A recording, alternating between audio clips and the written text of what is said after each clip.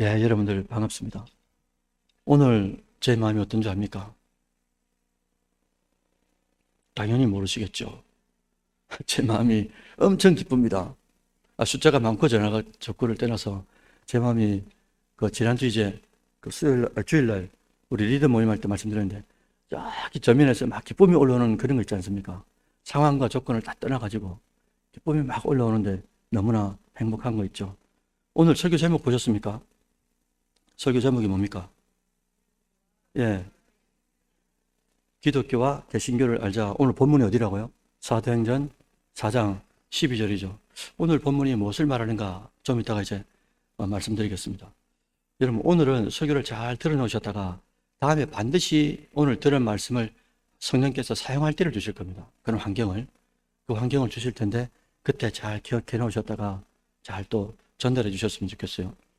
여러분, 우리가 교회를 이해하기 위해 먼저 교회의 계보부터 좀 아는 게 중요합니다. 여러분, 역사상 최초의 교회를 뭐라 그러죠? 무슨 교회입니까? 최초의 교회가? 여러분들이 말 안 하면 저도 말 안 할 겁니다. 최초의 교회다라고 말할 때는 예루살렘 교회가 되겠죠. 그죠? 그리고 예루살렘 교회인데 예수님이 십자가에 달려 죽으셨어요. 그리고 며칠 만에요? 3일 만에 부활하셨죠. 그리고 며칠 만에요? 부활하신 이 부활체로 며칠 동안 있습니까? 40일 동안 이 땅에 계시다가 뭐합니까? 하늘로 올라가시죠. 승천하시죠. 그리고 승천한 지 며칠 만에요?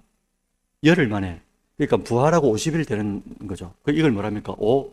순이 10이라는 뜻이잖아요. 순이 10이라는 뜻이거든요. 그러니까 50일 되는 날. 그게 뭐합니까? 성령이 마가다락방에 이제 임하게 되죠. 임한 그 제자들이 그 권석들이 모여가지고 예배를 드리기 시작했는데 그게 무슨 교회라고요? 그게 최초의 교회입니다. 예루살렘 교회라고 그러는 거예요. 얼마 후에 예루살렘 교회, 물론 그때부터 로마의 박해가 엄청났습니다. 그래서 그 박해를 피하기 위해서 기독교인들이 타 지역으로 가게 되는데 참 놀랍죠. 우리나라 좀 그렇지 않습니까? 우리나라도 수백 번인가 수천 번인가 외침이 있었는데 외침이 있을 때마다 하나님께서 어떤 장군을 딱 세우시고 또 그런 것들을 다 이겨나갈 수 있도록 그러면서 우리나라가 지금까지 이제 이렇게 온 것 아닙니까? 예루살렘 교회도 하나님께서 이 복음을 흩으시는데 어떤 방법을 쓰냐니까 로마의 압제가 강력하도록 만듭니다. 프레스를 엄청 강하게 넣습니다. 그걸 허용하시는 거예요. 그런데 그 허용, 박해와 핍박과 그런 상황 가운데 복음이 어떻게 전파되는 겁니까? 이때 우리가 타 지역으로 이제 넘어가게 되죠. 그래서 이 이방교회 선교사였던 사도 바울이 어떻게 하는 겁니까? 터키 지역, 그러니까 지금으로 말하면 터키 지역인데 그때 안디옥 교회로 넘어가게 되죠. 그래서 이방교회 최초의 교회가 어떤 교회냐? 본교회는 예루살렘 교회고 이방교회 최초의 교회는 안디옥 교회라고 그러죠. 근데 이 안디옥 교회는 기독교 역사에 대단히 중요한 역할을 감당해 왔던 교회예요. 어떤 역할을 했느냐 보면은 안디옥 교회, 이렇게 선교 중앙교회가 안디옥 교회라 칩시다. 교회가 지어졌죠. 지어진 우리 선교 중앙교회를 보고 세상 사람들이 뭐라고 한 줄 압니까? 선교 중앙교회 사람들을 보고, 맞습니다. 선교 중앙교회 사람들을 보고 뭐라고 했냐니까 최초로 그리스도인이라고 말을 한 거예요. 누가 말입니까? 세상 사람들이, 아무것도 모르는 세상 사람들이 우리를 보고 그리스도인이라고 말한 거예요. 여러분, 그리스도인이라는 무슨 말입니까? 그리스도께 소속된 사람이란 말이거든요. 그리고 오늘 새벽에도 말씀드렸지만, 그러니까 세상 속에 속해져 있다가, 그러니까 위치 선정 자체가 세상에 있다가 하나님의 은혜가 한데 툭 떼가지고 어디로 그리스도 안으로 밀어넣은 사람을 말합니다. 그래서 그리스도께 소속된 사람, 소속이 변경된 사람을 말하는 거예요. 하나님의 은혜 가운데 구별된 사람을 그리스도인이라고 말하는 겁니다. 세상 사람들이 얼마나 구별이 됐으면 선교 중앙교회 사람들을 보고 그 당대에 저 사람들은 진짜 그리스도인들이 맞다. 왜? 예수를 따르는 사람들이 맞다. 이렇게 표현했다는 거예요. 얼마나 구별됐으면 그렇게 말했을까? 그러니 세상 사람들이 그렇게 불러주니 그 당대 안디옥 교회부터 복음이 전파되는데 얼마나 여러분들 기감이 됐겠어요. 세상 사람들한테. 저 사람들한테 예를 들어서 지금 일본 크리스찬들이 0.1% 아닙니까? 우리나라는 30%, 20% 뭐 이렇게 이야기하지만 일본 같은 경우는 0.1%를 말하거든요. 그런데 일본 사람들이 어디 가서 돈을 빌리려 하면 그렇지 않습니다 말하면 어떻게 합니까? 더 이상 묻지도 안 하고 어떻게 한다고요?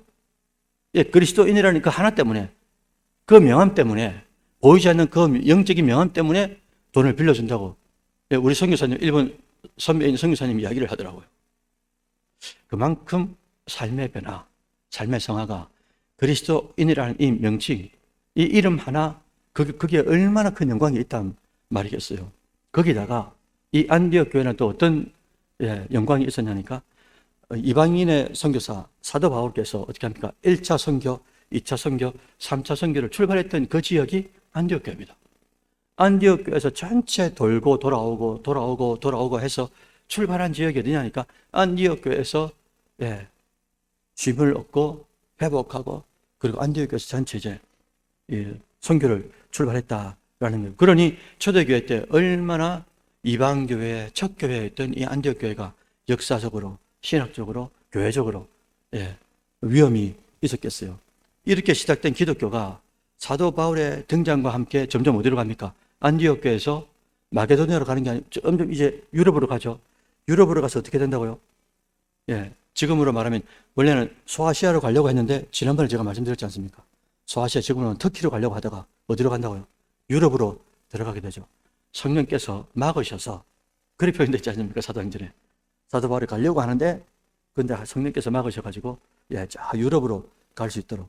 그렇게 이제 사도 바울을 유럽으로 복음을 확장시키는 하나님을 우리가 발견할 수 있는 거죠. 그래서 300년 동안 로마의 박해를 쭉 받으면서 313년 콘스탄티누스, 발음 많이 연습했는데, 콘스탄티누스 황제가 기독교를 공인한 이후에 이 선교의 자유를 얻게 되죠.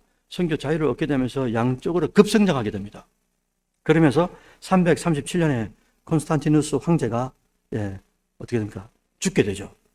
죽게 되면서 이 로마가 서로마 그리고 동로마라고 분열하게 되고, 그 후로 기독교 이 세력의 판도가 어떻게 바뀌냐면요, 이탈리아의 로마를 중심으로 한 서방교회 세력이 하나 생기게 되고, 그리고 터키 이스탄불이죠. 지금으로 말하면 콘스탄티노플 이 중심으로 한 동방교회 세력, 그러니까 서방교회와 동방교회, 다른 말로 하면 로마 가톨릭과 그리스 정교회가 이렇게 이제 두 축으로 생기게 되더라라는 겁니다. 여러분, 우리가 기독교라고 말할 때, 기독교는 어떤 종류가 포함이 될까요? 지금 우리가 뉴스를 볼 때 우리나라 기독교인 이래가지고 2025년 기독교인 퍼센테이지가 쭉 나오지 않습니까? 여기에는 뭐가 포함되어 있겠습니까?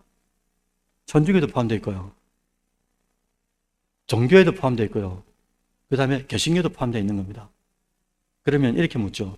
천주교하고 개신교 같습니까? 다릅니까? 같은데 다르죠. 기독교로서는 같은데, 근데 종교로서는 다릅니다. 거기는 천주교고 우리는 뭡니까? 천주교에서 나온 개신의 리폼을 했단 말이거든요. 그러니까 개혁한 이제 종교가 된 거죠.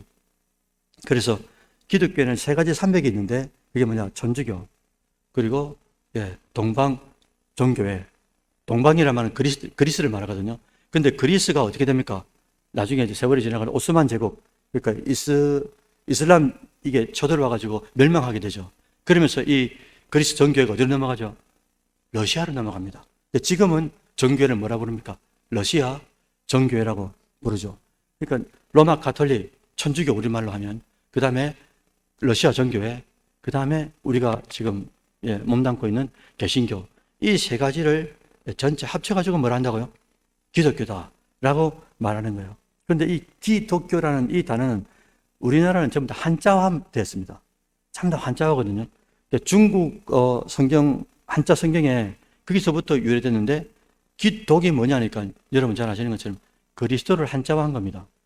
그리스도를 한자화하면 기독이 되는 거거든요. 그래서 옛날에 우리나라에 여러분 기독교를 뭐라는 줄 압니까? 그리스도교라 그러죠. 그리스도를 기독교라 그러고, 또 예수를 뭐라는 줄 압니까? 제가 온천제일교회 있을 때 우리 교회 안에는 우리 교회가 아니죠. 그쪽에 있었던 교회는, 온천제일교회는 뭐가 있냐니까 역사관이 있습니다. 교회가 한 7, 80년 됐거든요. 그 역사관 안에 이 의사였던 이 장로님이 그 전체를 담당을 하셨는데, 어디 가서 70만 원인가 80만 원 주고 옛날 책을, 성경책 실제로 쓴 거 있지 않습니까?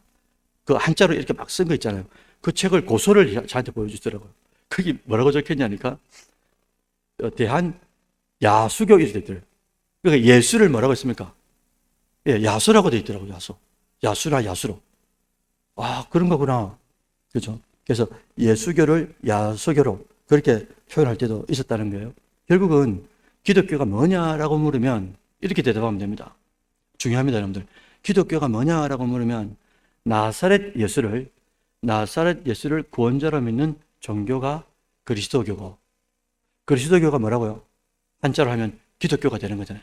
기독교가 뭡니까? 라고 물으면 나사렛 예수를 구원자로 믿는 종교를 말합니다. 이렇게 이제 말하면 되는 거예요. 그래서 오늘 성경 본문이 그걸 말하잖아요. 베드로하고 요한이 공회 앞에 이제 불려간 겁니다. 공회 앞에 사슬 푸른 어마어마한 이 대제사장, 장로들, 서기관들 다 이렇게 막 모여 있는 거예요. 그 앞에 베드로가 뭐라고 결정적인 메시지를 전하느냐? 그게 바로 오늘 본문 4장 12절입니다. 오직 예수 그를 통해 구원을 받게 되는데 당신들이 죽인 존재가 누구냐? 바로 우리의 유일한 구원자 예수다. 이렇게 말한 겁니다. 예수를 구원자로 믿는 종교가 뭐라고 말씀드렸죠, 제가? 예수를 구원자로 믿는 종교가 뭐라고요? 기독교라고 말씀드렸잖아요. 그리스도교. 다른 말로 하면요. 영어로 하면 뭡니까? 크라이스트라 그러죠. 그리스도교. 그렇게 되는 거고요. 그래서 여러분, 구약에서는 일방적으로 가만 생각해 보십시오.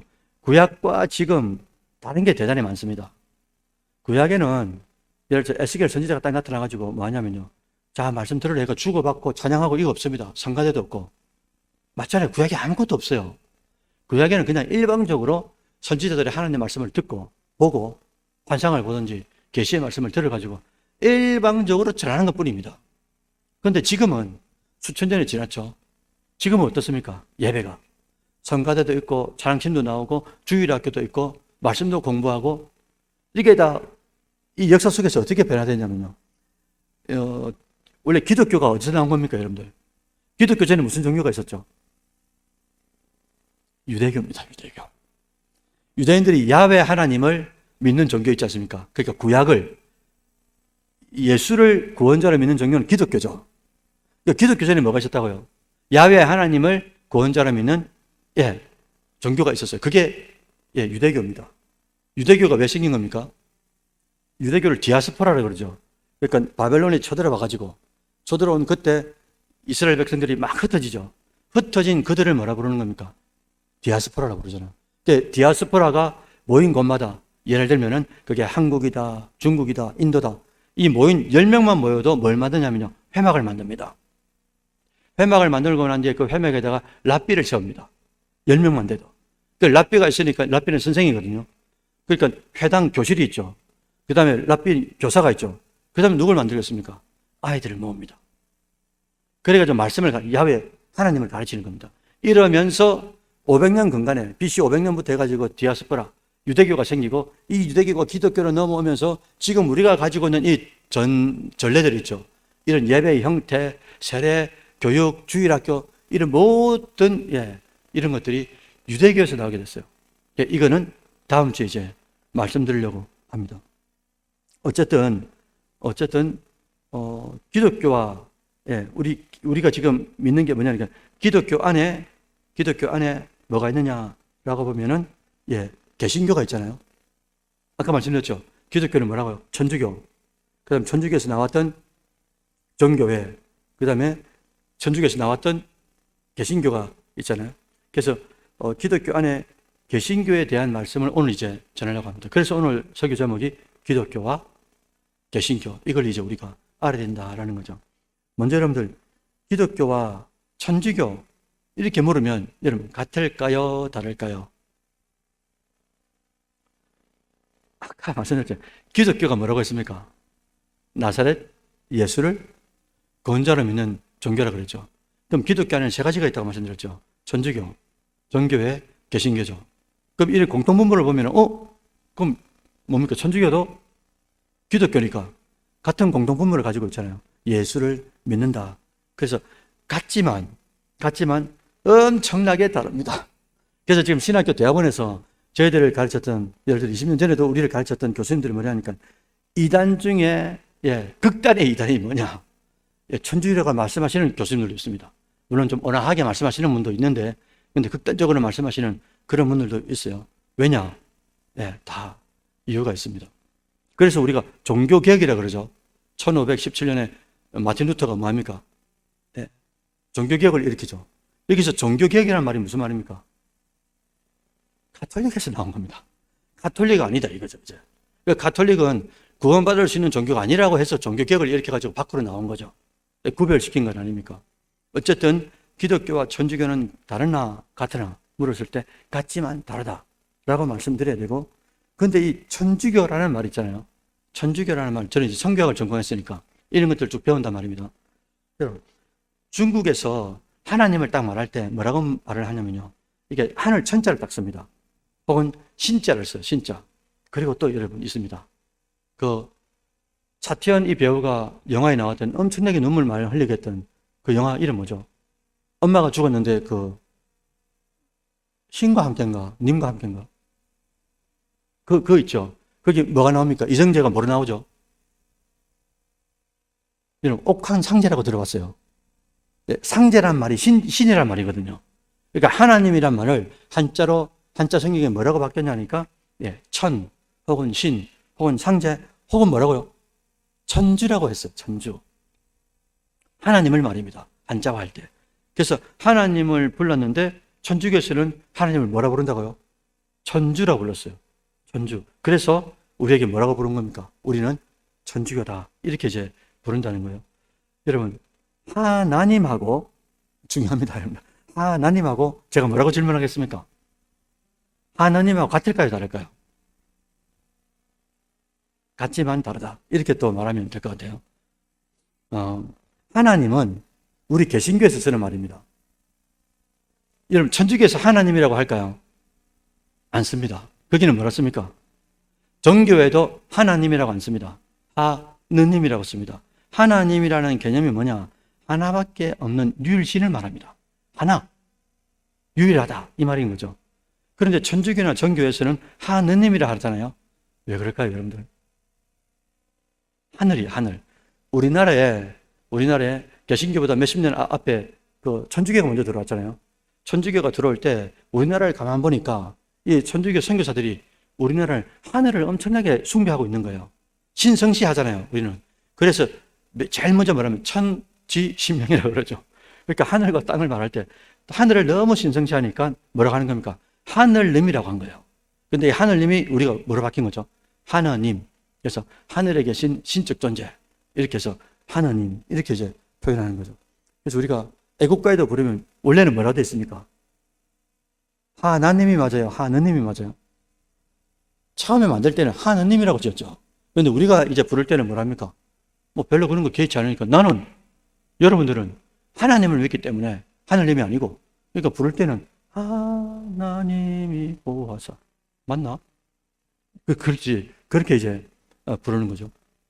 그러면 이 개신교의 유래가 어떻게 되느냐라는 건데, 여러분 아까 말씀드렸죠. 개신교는 16세기 종교개혁의 영향으로 가톨릭으로부터 개혁하겠다라고 작정하고 분리된 교회예요. 그래서 개신, 여러분 개자가 무슨 개자일까요? 고칠 개자입니다. 그리고 개신, 신은 뭡니까? 새롭게 한다는 거잖아요. 그러니까 새롭게 고친 종교가 뭡니까? 개신교죠. 그럼 어디서부터 고친단 말입니까? 어디에 부패가 있단 말입니까? 당연히 가톨릭인 거예요. 가톨릭. 그래서 가톨릭의 부패를 고치겠다, 우리는 새롭게 하겠다, 그런 의미를 가지고 나왔는데, 여러분 가톨릭의 그 당시에 마틴 루터가 종교개혁을 딱 일으킬 때 말입니다. 1517년 10월 31일이죠. 우리는 지금 10월 31일 이렇게 생각하면은 그 누구죠? 유영이라는 가수가 10월의 마지막 밤을, 그것만 기억하고 있지만 기독교에서는 뭡니까? 10월 31일이 10월의 마지막 밤이 종교개혁을 일으킨 날이거든요. 그래서 종교개혁을 이야기하는데, 이 종교개혁의 어떤 부패를 통하여 개혁하게 되느냐라고 한마디를 딱 하면요, 면죄부입니다. 면죄부. 면죄부가 뭐죠? 죄를 면한다는 거죠. 그죠? 그래서 이 면죄부를 종이 쪼가리 하나를, 종이 쪼가리 증서거든요. 예, 죄를 면한다. 이 종이 쪼가리입니다. 이 면죄부를 돈 주고 살면 어떻게 되는 겁니까? 예, 저기 연옥에 있는 우리 조상들이, 그러니까 천국과 지옥과 또 뭐가 있습니까? 중간에 연옥이라는 게 있잖아요. 여러분, 이게 사실입니까? 거짓입니까? 거짓이죠. 그래서 우리 개신교에서 캐치프레이즈가 뭐냐면요, 오직 성경입니다. 첫 번째, 오직 성경이고, 그 다음에 이 성경에 대한 오직 믿음입니다. 좀 이따 말씀드릴 텐데, 가톨릭은 달라요. 우리가 말하는 이 성경 플러스 또 뭐가 있습니까? 외경 뭐 이런 것들이 많이 붙습니다. 그래서 70개 정도가 성경이 됩니다. 70 몇 개인가. 우리는 66권이잖아요. 가톨릭은 성경이 우리하고 달라요. 개수가 다릅니다. 그리고 또 그들의 구원이, 우리는 오직 성경 플러스 뭡니까? 오직 믿음이죠. 근데 거기는 믿음 플러스 뭡니까? 예, 행함이 들어갑니다. 행함이. 그래서 여러분들 왜 행함이 들어가느냐? 여기에 면죄부하고 연결되어 있고, 이 면죄부는 연옥하고 연결되어 있는 거예요. 면죄부를 왜 살았냐? 우리 죽은 조상들이, 부모들이 만약에 무슨 말입니까? 연옥이라는 말은 천국으로 들어가는데, 천국으로 들어가기 전에 정화시키는 과정, 그런 기간이거든요. 근데 이 정화되는 과정이 어떻게 해서 정화되느냐라고 말을 하면, 이 땅에 있는 후손들이 뭐를요? 면죄부를 사면, 예, 연옥에 있는 조상들이 어떻게 된다고요? 천국으로 넉넉히 들어간다, 정화가 된다, 이 말인 거예요. 여러분, 이게 소설입니까? 소설 아닙니까? 우리가 성경으로 볼 때는 완전 소설인 거죠. 그러니까 여기에 대하여 성경에 없는 자꾸 소설을 쓰니까 마틴 루터가 어떻게 한 겁니까? 아니다 이거죠. 그래서 우리는 오직 성경으로 돌아가자. 그래서 뭡니까? 솔라 스크립투라 이렇게 말합니다. 오직 성경. 그리고 오직 피데, 솔라 피데. 그래서 오직 믿음. 이 두 가지의 캐치프레이즈를 걸고 그대로 이제 개혁을 시켜버린 거죠. 그래서 이 종교개혁 이후에 또 마틴 루터 이후에 누가 나옵니까? 존 칼빈이 나오죠. 그리고 존 칼빈 다음에 또 쪼빙글리라든지 이런 자꾸 개혁자들이 이제 그 바톤을 이어받게 되거든요. 여러분, 우리 지금 여러분들은 어디 소속되어 있죠? 분엘 교단이나 이 다 교단이 어디 소속되어 있는 겁니까? 대한 예수교? 뭐라고요? 장로회입니다, 여러분들. 장로회. 여러분, 장로회의 아버지가 누굴까요? 장로회를 만든 분이 누구냐면요, 존 칼빈입니다. 존 칼빈. 그래서 칼빈주의다 이래 말하는 것은 뭘 말하는 거죠? 장로교를 말하거든요. 그럼 장로교는 뭐냐? 존 칼빈은 뭘 딱 가지고 나왔냐면요, 아까 말했죠. 루터도 오직 성경이라고 말했죠. 그죠? 우리가 어렵게 되는 것은 오직 믿음으로 된다라는 로마서 3장에 이신칭의를 말했습니다. 이행칭의가 아니고, 가톨릭에서 말하는 행함이 있어가지고 구원받는 게 아니고, 뭐라고요? 이신칭의, 어렵다고 부르는 것은 이신, 믿음으로, 이가 의로라는 조사니까, 그죠? 뭐라고요? 이신칭의, 어렵게 부름받는 것은 믿음으로다. 이렇게 되는 거죠. 이신칭의가. 그걸 이렇게 돌아가 보면. 저쪽에는 이행칭의도 있고 많이 있지 않습니까? 가톨릭에서는. 그게 아니다 이거죠. 그래서 이행칭의를 들고 나왔고, 그 다음에 존 칼빈은 뭘 들고 나왔냐면요, 딱 두 가지입니다. 예, 오직 성경, 이거 하나하고 똑같고요. 오직 성경과 더불어서 절대적 하나님의 주권을 가지고 나왔어요. 이게 이제 장로교의 핵심입니다. 오직 성경과 절대적 하나님의 주권. 그래서 절대적 하나님의 주권을 강조하다 보니까 무슨 논이 나올까요? 뭐라고요? 맞아요. 예정론이 나오는 거예요. 그래서 장로교 안에는 존 칼빈이 들고 나왔던 하나님의 절대 주권, 그 안에는 커다란 이론이 하나 있는데 그게 바로 예정론인 거예요. 그 예정론이 우리 장로교의 핵심이라는 말입니다. 그런데 감리교, 그 다음에 다른 종교에서는 뭡니까? 예정론을 좀 다르죠, 구원론이. 그래서 이것 때문에 계속 지금 교단마다 지금 이제 구원론에 대한 논란이 생기는 거죠. 종교개혁 이후에 가톨릭과 개신교는 완전히 분리되죠. 그래서 저쪽에 영국, 독일, 네덜란드, 또 스위스, 북유럽을 중심으로 개신교가 확산이 됩니다. 그러다가 영국에 있던 청교도들이 어떻게 하죠? 영국에 있던 청교도들을 퓨리탄이라고 그러거든요. 퓨리티란 말은 순결하다, 순결하다, 거룩하다 이런 뜻이거든요. 퓨리티가. 그러니까 퓨리탄들이 순결함을 추구하는 이 사람들이 뭐합니까? 영국에 부패한 가톨릭으로부터 어떻게 한다고요? 나와가지고 미국으로 이제 가죠. 가서 뭐합니까? 청교도가 됐죠. 그죠? 청교도가 돼가지고 그 청교도에서 미국에서 어디로 넘어오는 겁니까? 중국, 일본, 우리나라로 넘어오게 되죠. 넘어올 때, 저희 이제 둘째 처형이 저희 강원도 양구에 있습니다. 양구 우리 청년들하고도 같이 그 수련회 한다고 양구에도 가고, 양구가 383 바로 밑이라 그러더라고요. 그래서 양구에 가니까 그 다음에 이렇게 북한 이렇게 바라보는 그거 뭐라 그러죠? 통일전망대. 통일전망대도 가고, 막 거기 양구 그 강에서 막 놀기도 하고, 막 청년들하고 이제 수련회 가가지고 그렇게 한 적도 있는데, 강원도에 가면 여러분들, 어떤 교파가 많을까요? 장로교가 많을까요? 감리교가 많을까요? 감리교가 많습니다. 왜 그러냐면요. 우리나라에 1885년도에 이렇게 선교를 미국에서 보내지 않습니까? 보낼 때 누굴 보냈냐니까 여러분 잘 아시는 누구요? 언더우드하고 아펜젤러를 보냅니다. 지금 영국에서 미국으로 넘어왔죠. 미국에서 이제 선교사를 보내죠. 우리나라에 보낼 때 언더우드하고 아펜젤러를 보냈는데 언더우드는 장로교 선교사고요. 언더우드는 감리교 선교사입니다. 그런데 이 둘이 올 때 어떻게 하냐니까, 야, 나는 남쪽으로 내려갈 테니까 언더우드가. 남쪽으로 내려가서 언더우드는 뭐를 이렇게 펼치는 겁니까? 남쪽에 그래서 장로교 교회가 많습니다. 여러분들 여기 지금 남쪽에 감리교 교회가 많을까요? 잘 없어요. 온천장에도 딱 한 교회 있습니다. 감리 온천교회인가? 그 교회가 하나 있고요. 대다수가 다 무슨 교회입니까? 장로교회고요. 저 위쪽은요, 강원도나 저쪽 위쪽은 대다수가 감리교회가 많아요. 왜 그렇다고요? 선교사가 우리나라 넘어올 때 계획적으로 어떻게 했다고요? 북쪽과 남쪽을 나눠가지고 장로교와 감리교를 이렇게 좀 나눠가지고 선교를 했기 때문에 그렇다라는 거예요. 그러면 우리가 반드시 알아야 되는 개신교의 핵심 특징이 뭐냐? 제가 말씀드린 것처럼 오직 성경이라고 말씀드렸고, 그리고 오직 믿음이라고 말씀드렸습니다. 그런데 가톨릭은 오직 믿음뿐만 아니라 또 뭐가 있다고요? 행위도 있는데 그 안에는 뭐가 포함되어 있냐니까, 우리는 모든 권위를 성경에 둡니다. 우리 개신교는 모든 권위를 성경에 둡니다. 성경에서 벗어나면 말씀 밖으로 넘어갔다 그래가지고 그걸 따라가지 않습니다. 그런데 가톨릭은 성경 플러스 뭐가 있냐니까, 교황의 권위가 어마어마합니다. 교황의 권위가. 그리고 그 교황이 갖고 있는 전통 있죠. 역사적으로 쭉 내려온 전통을 대단히 중요하게 생각하는 거죠. 그러니 보십시오. 교황의 한마디가 성경의 위에 있으니 이 법이 어떻게 되겠습니까? 교황이 바뀔 때마다, 제가 어릴 때는 요한 바오로 2세 그 교황이었거든요. 지금은 누구죠? 하여튼 그분들이 있을 거 아닙니까? 바뀌니까 교황이. 추기경들이, 전 세계 추기경들이 모여가지고 투표를 해가지고 교황을 뽑는데, 우리나라도 지금 추기경이 있죠. 김수환 추기경이 이제 돌아가시고 난 뒤에 뭐더라? 또 한 번 또 바뀌었어요. 지금. 그래서 우리나라에도 추기경이 있고 전 세계 추기경들이 투표해서 교황을 뽑게 되는데, 이 교황의 권위가 어마어마합니다.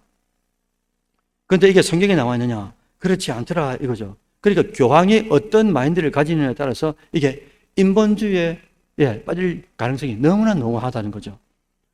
또한 개신교회는 오직 믿음을 강조하면서 구원이 행위가 아니고 오직 믿음으로 이루어진다라는 교리를 말하는데, 가톨릭에서는 뭐라고요? 믿음 외에도 선행을 말한다. 여기서 여러분들, 루터가 종교개혁을 일으킨 핵심이 제가 아까 뭐라고 말씀드렸습니까? 면죄부라고 말씀드렸잖아요. 여러분, 원래 이 면죄부의 시작이 처음부터 뭐 이렇게 돈 주고 사오면 이게 아니었습니다. 신앙적인 의미가 포함되어 있었어요. 그런데 중세교회에 지금도 저기 뭡니까? 가면은 성 베드로 대성당 있지 않습니까? 그걸 건축하다가 이게 어떻게 됩니까? 모자라니까 이 건축을 매듭짓기 위해서 어떻게 한 겁니까? 면죄부를 만들어가지고 면죄부를 갖다가 돈 주고 사고, 그렇게 하면서 아까 말씀드렸던 이 연옥의 문제, 그 다음에 이 조상들이 이 천국으로 넘어가는 그런 문제를, 인본주의적인 이 의미를, 성경에 없는 의미를 다시금 이제 포함시켰기 때문에 이것에 대하여 반기를 들고 마틴 루터가 종교개혁을 일으켰다라는 거예요. 그래서 이 말씀드린 이 면죄부는 뭐하고 연결되어 있다고요? 어떤 설하고 연결되어 있다고요? 연옥설하고 연결되어 있다. 그렇게 말씀드렸습니다. 여러분들, 그런데 이 연옥에 있는 사람들이 어떻게 정화가 되느냐? 이게 이제 가톨릭의 결정적인 중요한 내용입니다. 그게 뭐냐면요. 이 땅에 있는 사람들이 면죄부뿐만 아니라 이 땅에 있는 사람들이 가톨릭 신자들이 기도하는 거 있죠. 그 다음에 선양하는 거 있죠. 그 다음에 미사 드리는 거 있죠. 그 다음에 고해 성사하는 거 있죠. 이런 일들을 통하여 연옥에 있는 우리 조상들이 어떻게 된다고요? 정화가 빨리 되고 그럼을 통하여 천국으로 넘어갈 수 있다. 이렇게 가르쳐 왔던 거예요. 이런 교리가 여러분 가만히 생각해 보세요. 이런 교리가 오직 성경, 오직 믿음이라고 믿고 있는 마틴 루터나 우리 같은 사람에게는 완전 소설같이 느껴집니다. 그런데 제가 실제 간증을 하나 드릴게요. 제가 6년 동안인가 7년 동안 어느 교회를 섬기고 있었습니다. 그 지역에. 근데 섬기고 있는데 이 청년의 어머니가 이게 우울증이 좀 있었어요. 근데 이제 어떤 일이 있었냐니까 이 어머니가 집사님이 13층에서 뛰어내린 겁니다.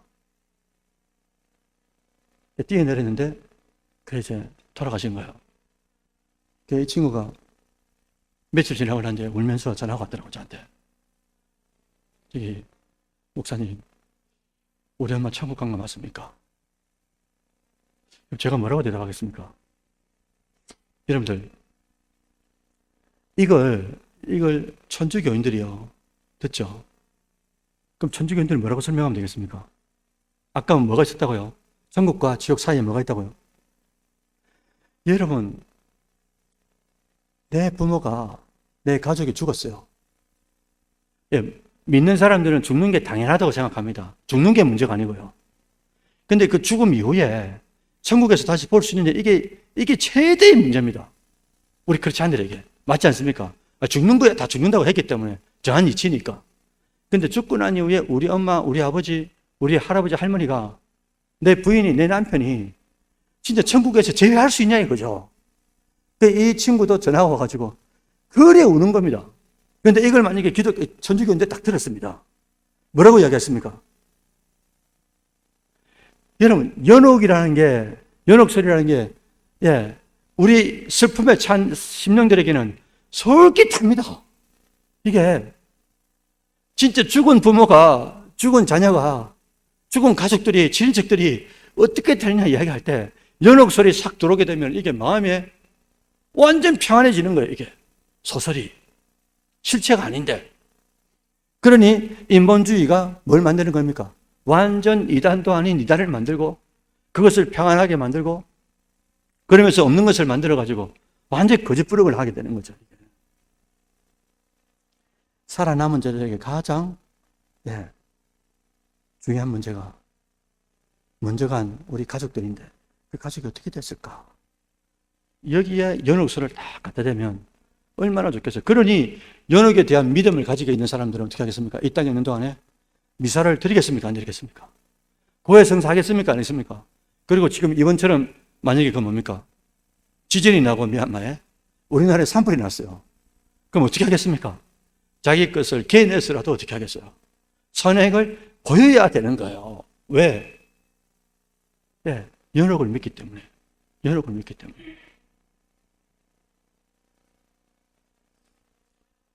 그런데 이것이 가톨릭에서는 가능하나 우리 개신교에서는 아니다. 왜? 성경에 없기 때문에. 그런 이야기를 성경에 하지 않는다라는 거죠. 그래서 마틴 루터가 말씀 밖으로 넘어가는 것 안 돼. 말씀이 가는 만큼 가고 말씀이 가는 만큼 선다. 이게 이제 종교개혁의 핵심이거든요. 모르면 모른다 해야 되는데 목회자들도 자꾸 무슨 정답을 가르쳐 주려고 하다 보면 이제 엉뚱한 이제 대답을 하게 되는 그런 경우가 불상사가 생기더라라는 거예요. 그래서 여러분들 질문 하나 해볼까요? 지금도 가톨릭에는 천주교에는 면죄부가 있을까요? 없을까요?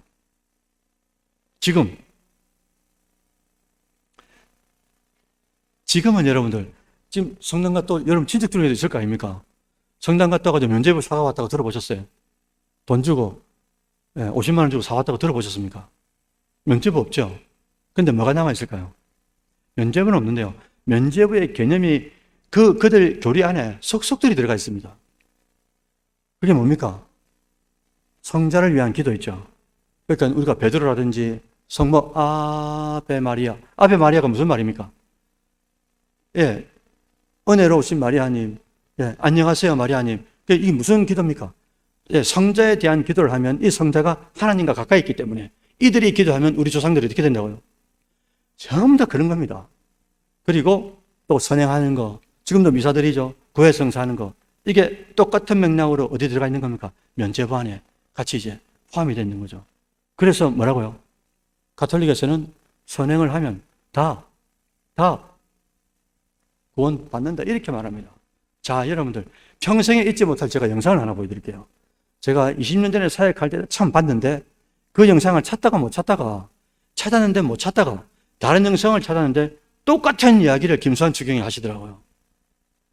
이 김수환 추경이 가는 곳곳마다 이것을 설파했습니다. 자, 영상을 한번 보시도록 하죠. 그걸 냈거든요.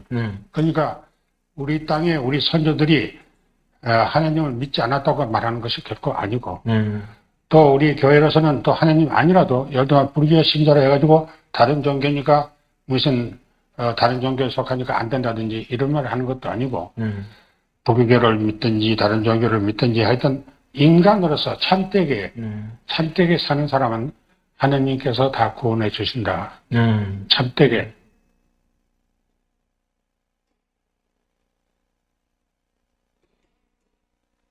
보셨죠? 김수환 추기경입니다. 교황 바로 밑에 권력입니다. 김수환 추기경이 다니면서 뭐를 설파했다고요? 이게 무슨 종교입니까? 다원종교입니다. 다원주의 종교. 네, 다원주의입니다. 모든 다 종교에 다 뭐가 있다고요? 다 구원이 있단 말이죠. 다 구원이 있다. 그래서 아까 초대 제가 말씀드린 것처럼 우리 교수님들 중에서도 이단 중에 이단이 하나님을 믿노라 하면서 예수를 믿노라 하면서 어떻게 하는 겁니까? 완전 딴 길을 가도록 만드는 진짜 극단의 이단이 누구냐?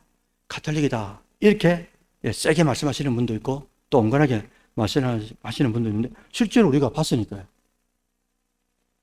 여러분, 오늘 우리는 예루살렘 교회를 그리고 안디옥 교회를 그리고 유럽의 교회 그리고 청교도의 교회, 청교도에서 우리나라 넘어오면서 감리교와 장로교를 좀 살폈습니다. 그리고 가톨릭에서 종교개혁을 일으키면서 개신교에 대해서 말씀을 드렸습니다.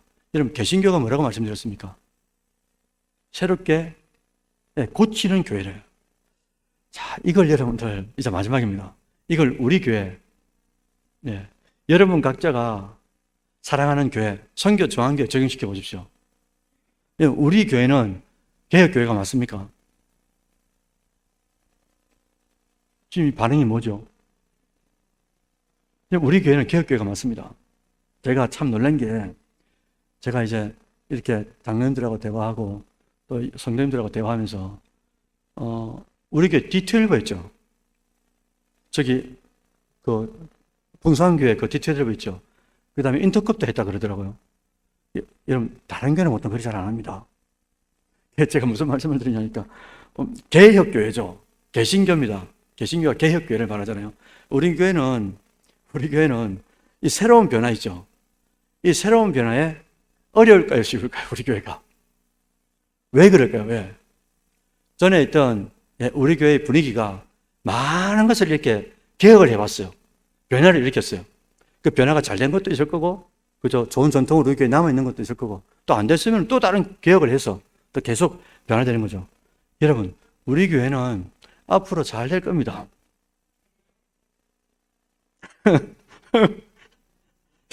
우리 교회는 개혁교회가 맞아요. 왜 그러냐면요. 우리 교회는 개혁에 대하여, 변화에 대하여 엄청 유연한 거예요. 제가 여러분들 7개, 8개를 생겼지 않습니까? 기존교회 가보십시오. 뭐 하나 바꾸려 하잖아요. 진짜 어려워요. 그래서 우리 선후배들, 담임 목사님들이 가장 어려운 게 뭐냐니까 이걸 진짜 하고 싶은데 어떻게 됩니까? 잘 못해요. 왜? 전통이라는 명분하에 이 전통이 더 센 겁니다. 전통이 나쁘다는 게 아니고요. 좋은 전통도 있는데 근데 좋은 새로운 시대에 맞게끔 개혁도 필요한 거잖아요. 맞지 않습니까? 개혁과 전통이 같이 잘 보조를 맞춰 가야 되는데 그러니까 이 전통만 너무 강조하다 보면 새롭게 이 시대에 발맞춰 가야 되는 이 개혁들이, 변화들이 좀 이제 늦춰지는 거예요. 그러니까 담임 목사님들이 막 힘들어하는 거 제가 섬기면서 엄청나게 많이 봤습니다. 그런데 우리 교회는 엄청난 큰 장점이 뭐냐? 예, 개신교회로서의 의미를 잘 담아낼 수 있는 교회다. 그렇기 때문에 우리 교회는 앞으로 더 좋아질 것이다. 왜냐? 개혁교회는 계속 뭐 해야 된다고요?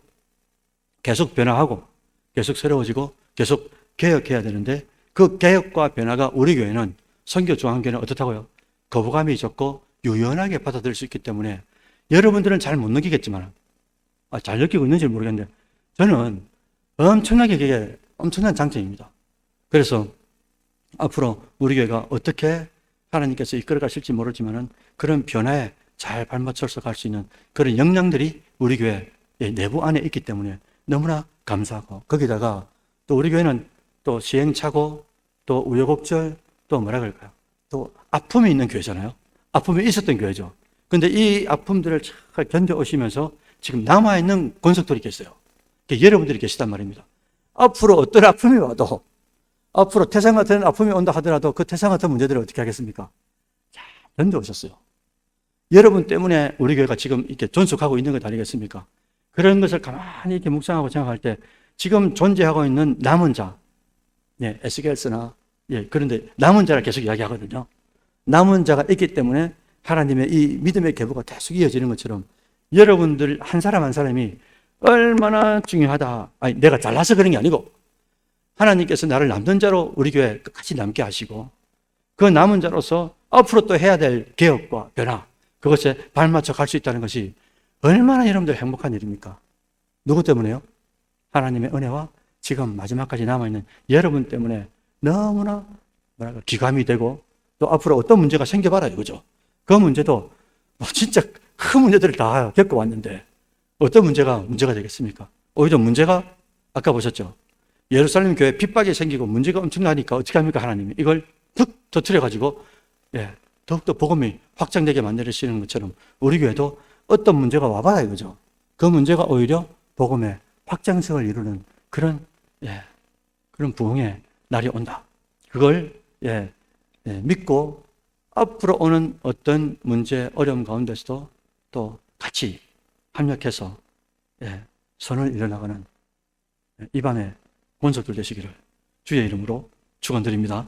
아멘.